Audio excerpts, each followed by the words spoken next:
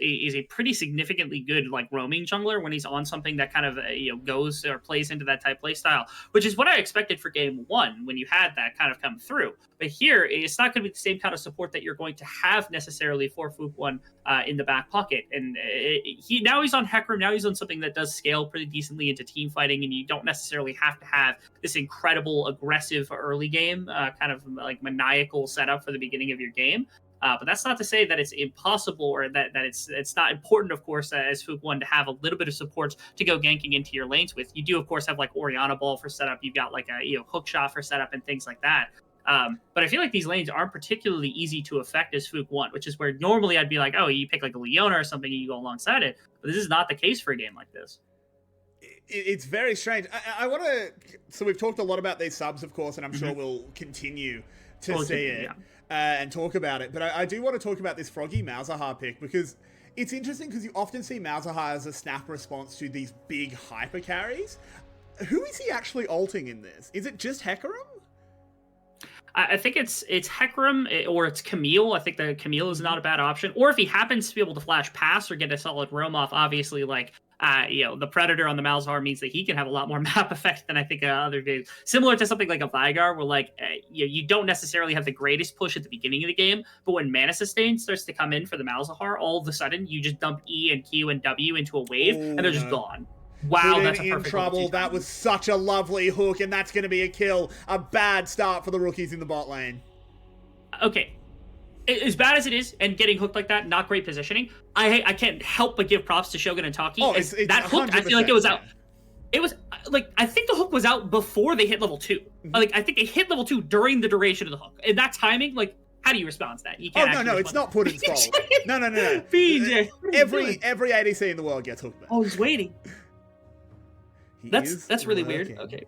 Raptors, and here comes Fook1. He dragged it the last possible. Tragic. Okay. Yeah, now Fook1 thinks it's been stolen, even though BJ was... I think BJ was waiting for Fook1 to show up so that he could, like, kill him as he took his camp. And then he didn't show up, so he's like, I just take the red then.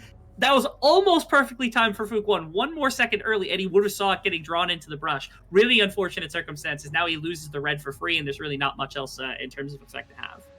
Yeah, and I mean, this is such a good early game, but yeah, look, it is level 1. Taki, you're so good. Like I said, he threw it and he got the level up in the midst of the queue.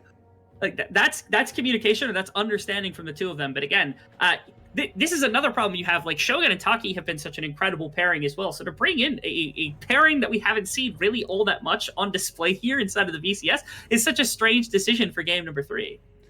Game number 2 even. So they haven't even got themselves to that game number 3. BJ now lurking in the brush, but I don't think Puddin is too interested in pushing this wave out. I think he knows that things are very dangerous at the moment.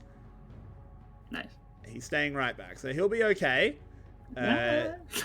He's playing a little bit with fire, but he does have that red gun, and with the Q not landing, he gets out okay. He's all right. He knows he's safe.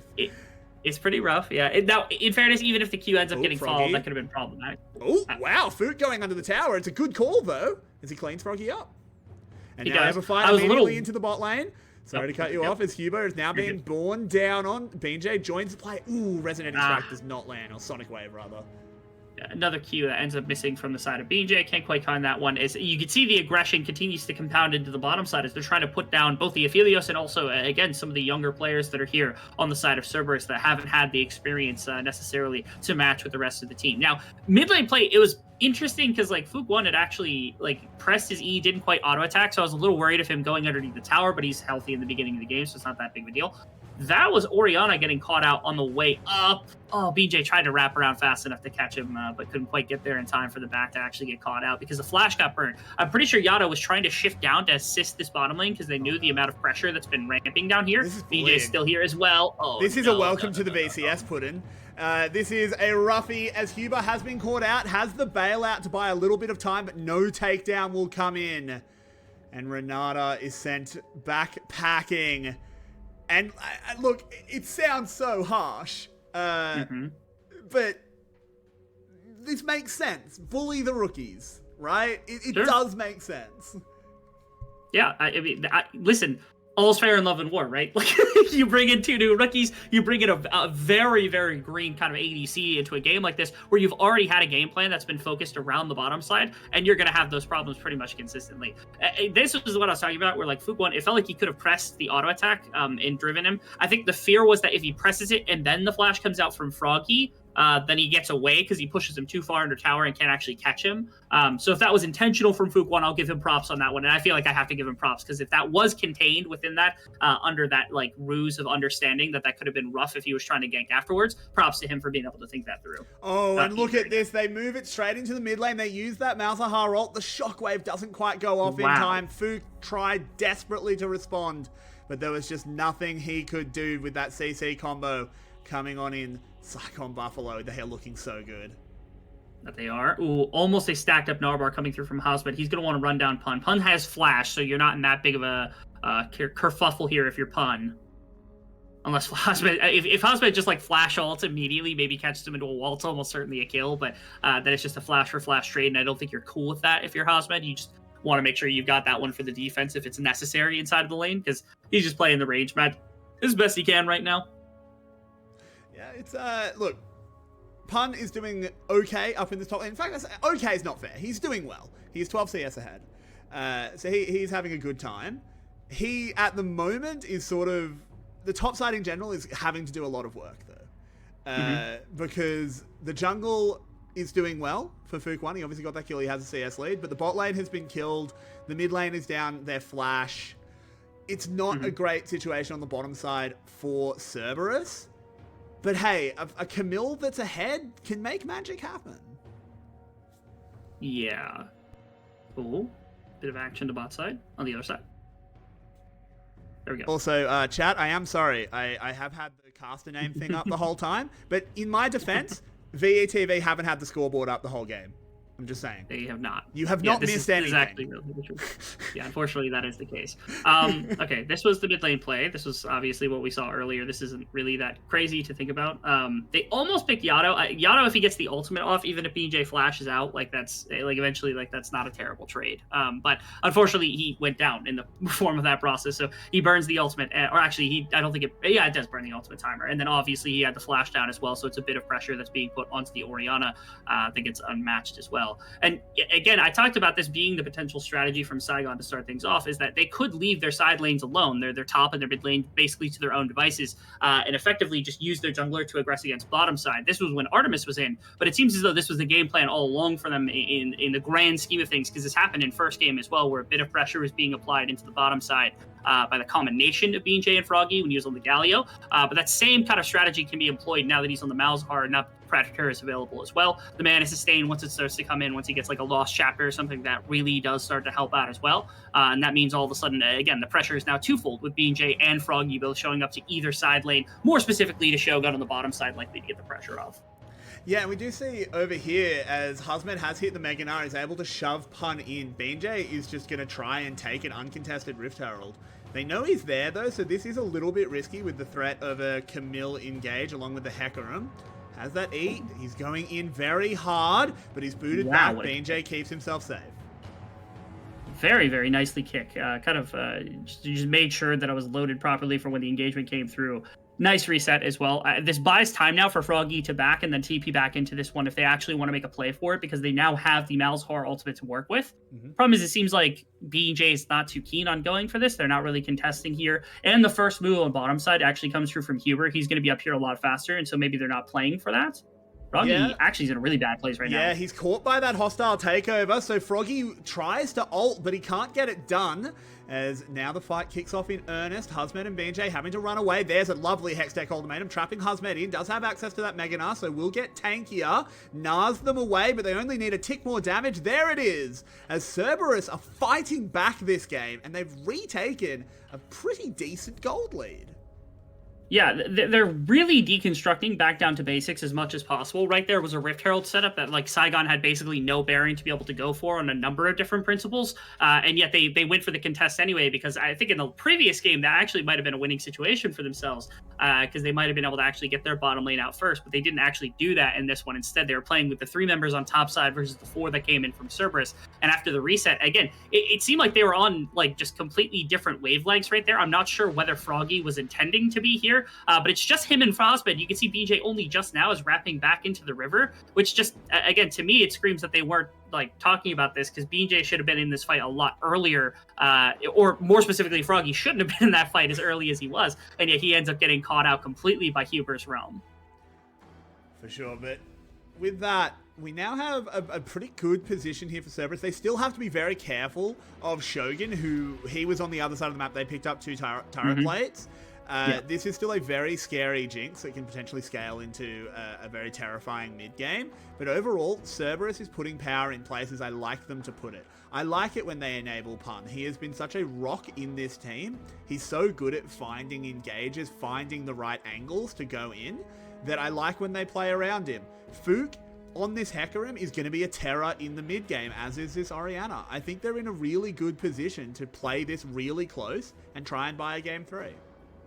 And it's kind of nice because, like, I talked about, like, Fukuan doesn't have the greatest of gank setup in the entire world to take advantage of this, and he hasn't really played to that. Instead, they've been playing to, like, grouping around the Hecarim when the time comes to actually make plays, like, happen, for the most part. There was the one gank on the bottom side, which was, it was pretty free, to be quite honest, so it wasn't shocking at all to see, like, Fukuan take complete advantage of that. But for the most part, they're actually playing around him pretty well, which I can appreciate very heavily. Like you said, though, the real fear is the Jinx that's actually gotten a couple of, quite a bit of gold into the back pocket that could really be a bit of a menace as the game continues, because it's one team fighting kind of element that's in the back pocket of Saigon to be able to work on, especially when they've got like the Malzahar ultimate's such a big one for being able to deny the immediate engage from something like a Hecarim or Camille. There's still that bit of deterrence, but you're right, like when it comes to where their gold is and how they're actually playing out the game, I much appreciate what they've actually changed about this one. But of course, the stronger Jinx gets, perhaps the happier Huber gets, as that hostile takeover gets scarier and scarier. Herald is summoned up, trying to get some gold back onto Puddin. It makes sense, try and just fully equalize the ADCs. The big difference at the moment is just that cull that is about to pop for Shogun. That'll inject him with a couple hundred gold. Dragon on the map as well. Is Cerberus interested? With a teleport, I think we can say yes. Again, continuing to group around the very powerful team fighting of the Hecarim, and you can see Saigon Buffalo not willing to play that game right now, which I'm not shocked about in the slightest. They're behind in terms of gold, but also when you've got this many members here on that quick of a timer, you know that Cerberus was anticipating something like this, and so they're ready and raring to go just as fast as possible. The trade-off is it's Dragon for turret plates for the Gnar in the top side.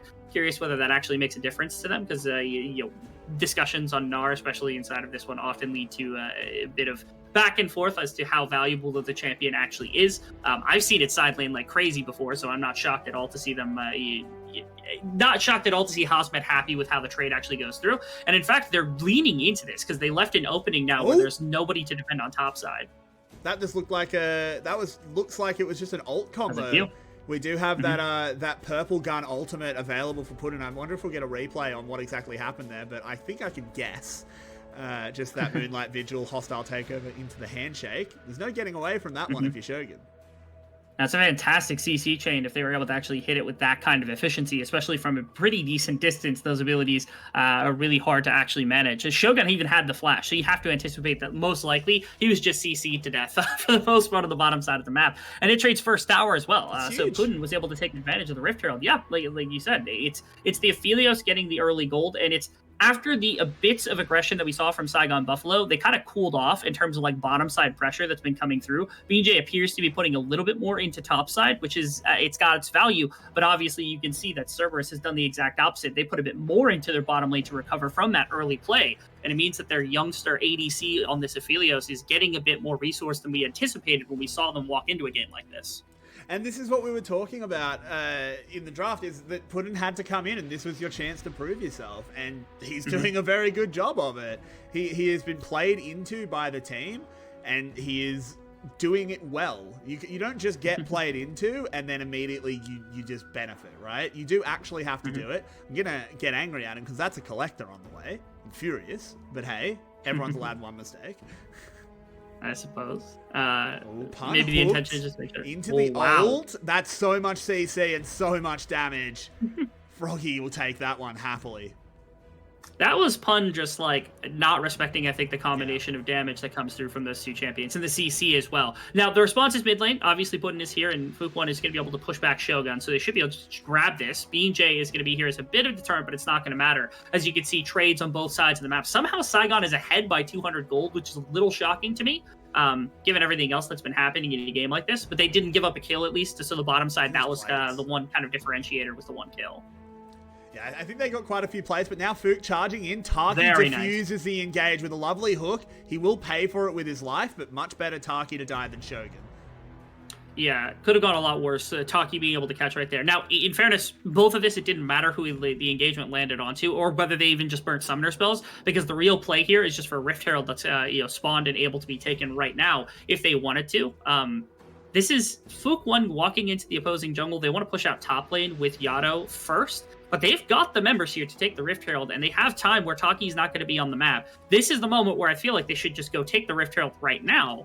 I suppose they don't want to give up like their location on the map in case they're worried about Pun getting jumped on the bottom side, but this feels like a little bit of a wasted time opportunity where like they had an opening. They easily could have gone and taken that one. There's almost certainly no way of kind of defending against it if you're on the side of Saigon Buffalo. Now they've got everybody on the map, and it is in fact them who start the Rift Herald because the timer was used. Here we see this play. It was just an engage attempt that led to a support sacrificing themselves for the greater good.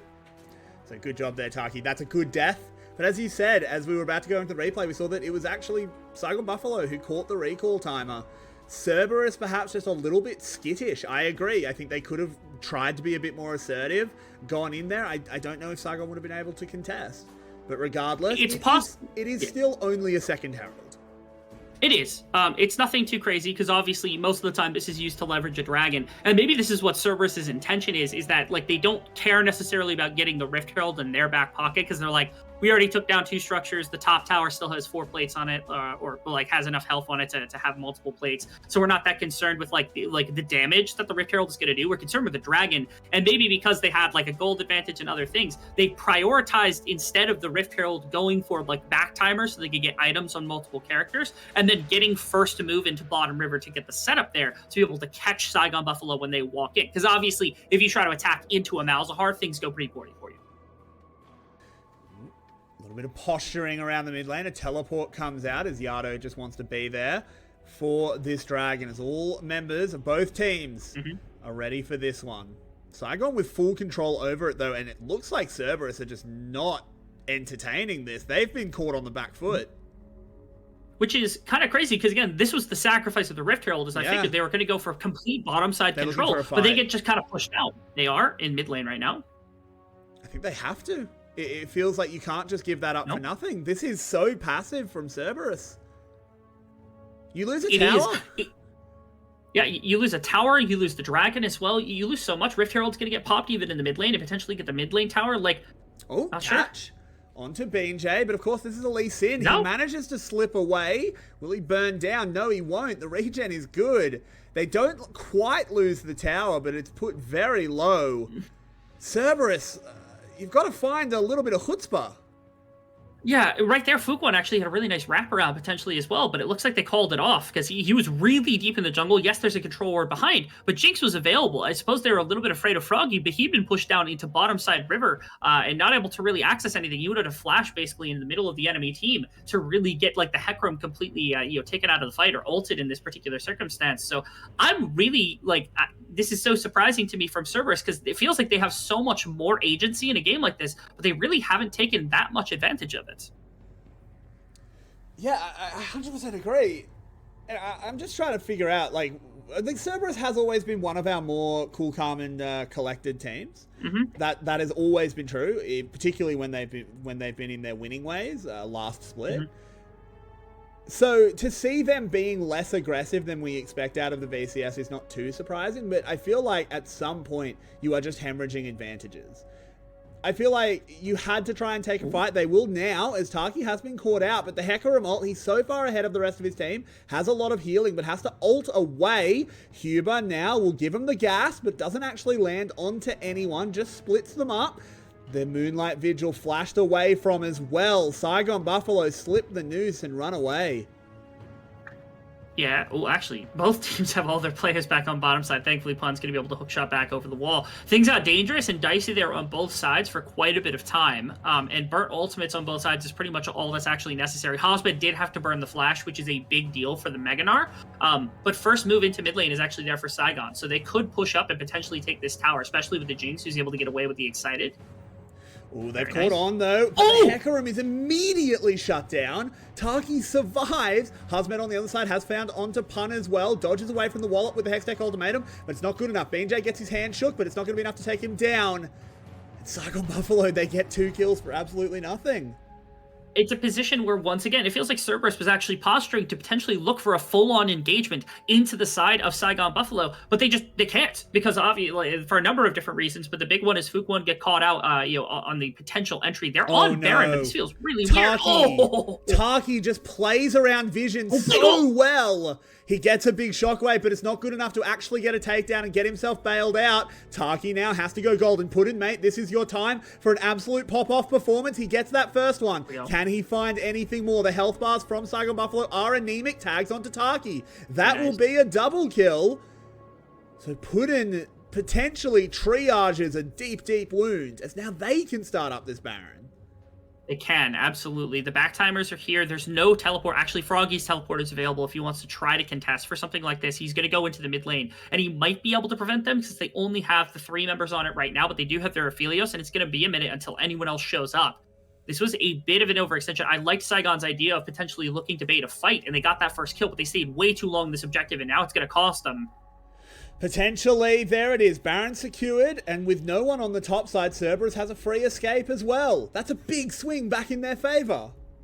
It is humongous play into the favor of Cerberus. Again, this is Saigon who took control. They got the first kill onto Fukwon. They baited out another kill into the Baron buff, which I think is where they should have clamped off this play immediately. This right here was where things should have stopped. As soon as Yato lands this massive ultimate, you can't really get anything else, and then you just have to walk out the back of the pit. Instead, they stay on it for such an enormous amount of time. BJ even smites it for more health in case they want to turn, but look at everyone else's health bars. You just don't have the ability to take a fight right here. Shogun even has to flash out at the end of the fight, Putin able to get the final kill on Akaki, but the biggest thing here is that they just overstay quite a bit because they're locked into the Baron buff fight potentially, but they don't end up having the health. If that shockwave doesn't land from Yato, I will say I think they do have the health and they turn and immediately look for a fight into multiple members, but unfortunately Yato's ultimate landing at the last possible second before his death was humongous for turning the favor for Cerberus there in the side of that, and it's what netted them the Baron in the first place. Props to Yato. Absolutely. I mean, you say unfortunately, but fortunately for our hopes of a much closer series. Oh, yeah. We'd love to see Cerberus fight back. I know what you meant, don't worry. As Putin is getting very scary, he has completed those 2 items, of course. So has Shogun. But the rapid fire cannon, don't get me wrong, I understand the utility, but it's not the highest damage Jinx build by any means. And with this only being Cerberus' second Drake, I feel like SGB just surrendered this one, and we just have to play a game that's going long.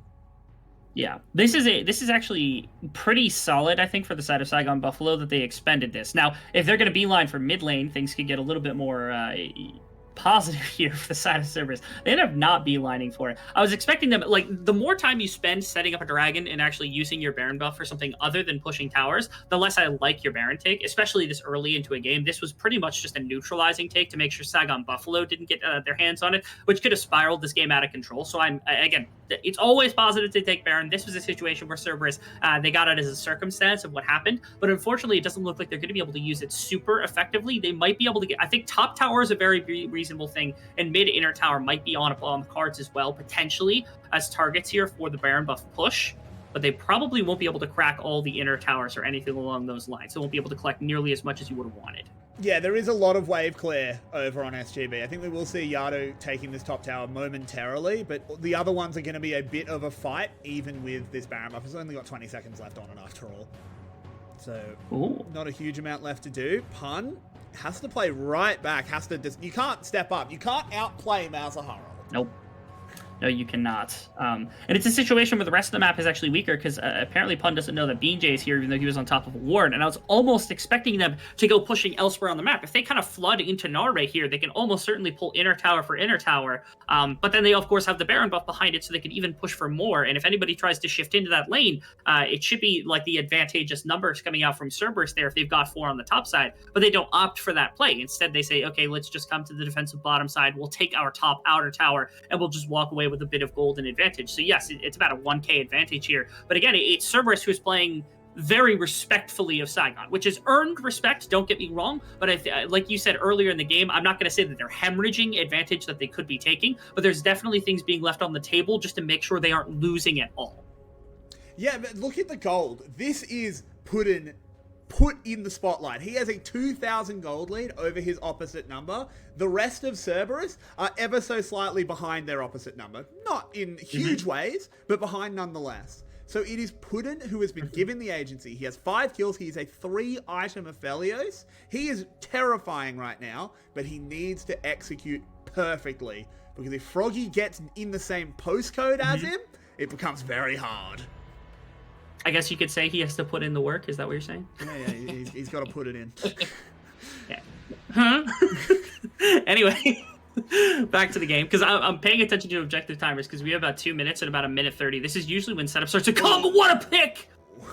Bean J, animal. They find him. Yep, Bean J will always find a way, and they just take down Pun. They do use 2 very important ultimates. And the thing is, again, this is so typical VCS. There's nothing on the map for them to actually take. But Fook1 wants to just go in immediately onto Shogun. He tries to Gale Force it away, but now he turns it back around onto Taki. Didn't actually deal any damage. Shockwave is good onto BJ, but not good enough. There's a bailout. There's a hostile takeover, but it's not going to be good enough. The business of Saigon Buffalo still standing strong as Cerberus lose 2. They do. It's off the back of a pick from Bean J and a combination ultimate from Froggy. And I know what Cerberus is thinking right there, because they're like, okay, now that the ultimate from Malzahar is down, we can make an aggressive play. We've got Fook1 on a wraparound for like the 3rd time this game, and finally they pull the trigger. The problem is Shogun spends every bit of defensive cooldown that he's got, other than his heal, between the Gale Force and the Flash, and also the Chompers, to get far enough back into the river that Fook1 cannot reasonably go diving in, otherwise he just dies for nothing. And you'll see this. This is the first initial part of the play where BJ just finds a nice kick. It's competition for a red ward. I know Pun doesn't want this here. This is contesting the setup for the dragon eventually, but like there's no vision in the brush. You don't know where BJ is. You just can't make this happen. I don't even know that the ultimate from Froggy is necessary, because there are so many members just surrounding, but maybe they didn't want the full engagement. But look at Fook's one position. He's flanked around trying to find Shogun, but he can't quite get it. They pull the trigger because they see Hazmed bot, but as you said, he doesn't deal any damage to Shogun.